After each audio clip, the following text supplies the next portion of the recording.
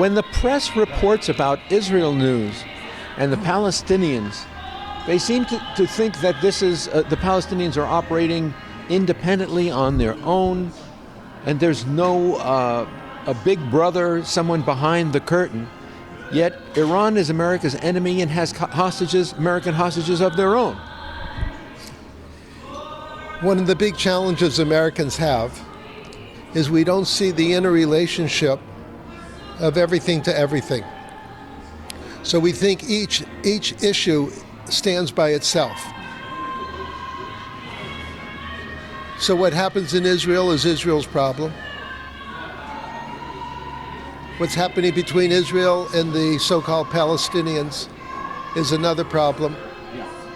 And they don't see the forces of evil behind the scenes.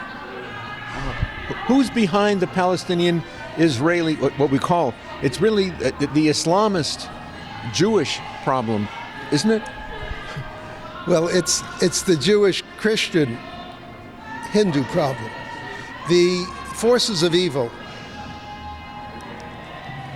have decided that they have to kill everyone who believes in the rule of law and everyone who believes in God.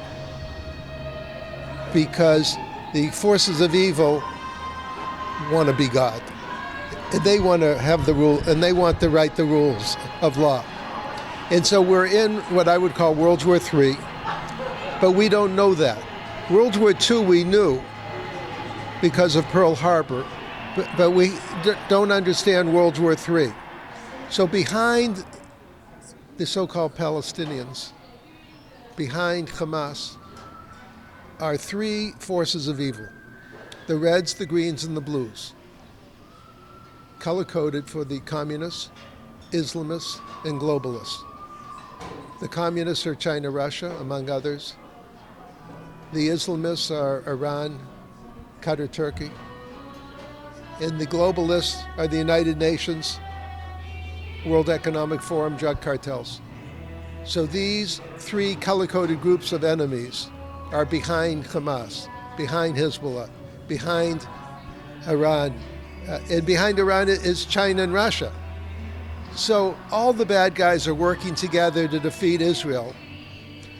And only Israel? No, and to defeat America, and to defeat Europe.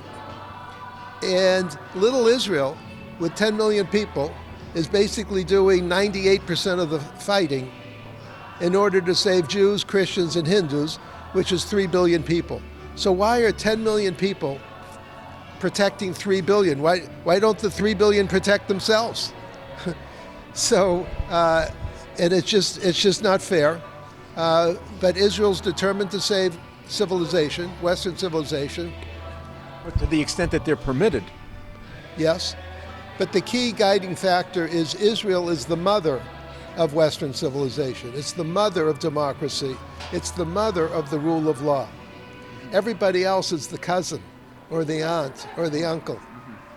So the aunts and uncles in America and the cousins in Europe go, well, I'm not the mother. Israel's the mother, and that's why Israel is and will save Western civilization in spite of the Christians and the Hindus not doing enough. But I was being flipped before, but really, what with the UK deciding to withhold arms sales, and with the Democrat administration, it seems like the liberal governing of the European countries and North America now, certainly in Canada, and now with this liberal, you might say, left draw of the election, now they're not doing anything to help Israel. They're trying to curtail them from finishing Hamas. In World War I and II, the war was over there. In World War III, to quote the Beatles, the war is here, there, and everywhere. So England has been taken over by the Reds, the Greens, and the Blues. So the Reds, the Greens, and the Blues, just because the map says China's over there and Russia's over there and Iran's over there, doesn't mean they're not here. So the rogue government in the UK is part of the Reds, the Greens, and the Blues. And they're trying to destroy the country They were elected under false premises. They never told people that if you elect me, we're going to declare war on the 90% of the people who are Christian. And so that's why England's in a mess and America's in a mess, but we're going to get out of our mess, and then we're going to have to save England from the Brits. Well, how can America get out of a mess if we can't even get past this election that in 2020 had lots of irregularities, voting and tabulation irregularities, which they haven't cleared up for 2024? Well, on November 5th, come hell or high water, we're going to get out of the mess that we're in, because the Reds, the Greens, and the Blues took over Washington. Okay, we have to throw them out. After we throw them out, we're going to have to help our friends like Canada and England throw out their Reds and Greens and Blues in order to make the world safe for democracy, because the democracies are being taken over by the bad guys. And America and Israel are going to end up saving democracy. How much confidence do you have in the tabulation integrity? Well, I have no confidence in the tabulation integrity, but I think Trump said it well a few months ago publicly. He said, we have to get 60% of the vote because they can't steal that away from us. I think that was the correct statement, and we're just going to have to show up in droves so that they can't steal the election again. Because there aren't that many non-citizens and dead people or off-the-roll voters' names that they can't stuff more than 10% difference? Well, there's around roughly 3 to 7 swing states, depending on who you talk to. Let's just pretend it's 5 swing states. But they're up in the north.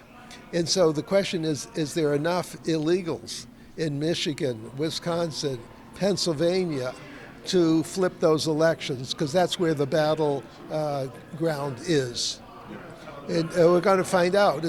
And that's why the border is open, because the Democrats, which I call the Reds, the Greens, and the Blues, are bringing in all the illegals so that they can illegally vote. And if the illegals illegally vote, it'll be our last election. In other words, if the Democrats, the Reds, the Greens, and the Blues stay in power, they're never going to give up power again.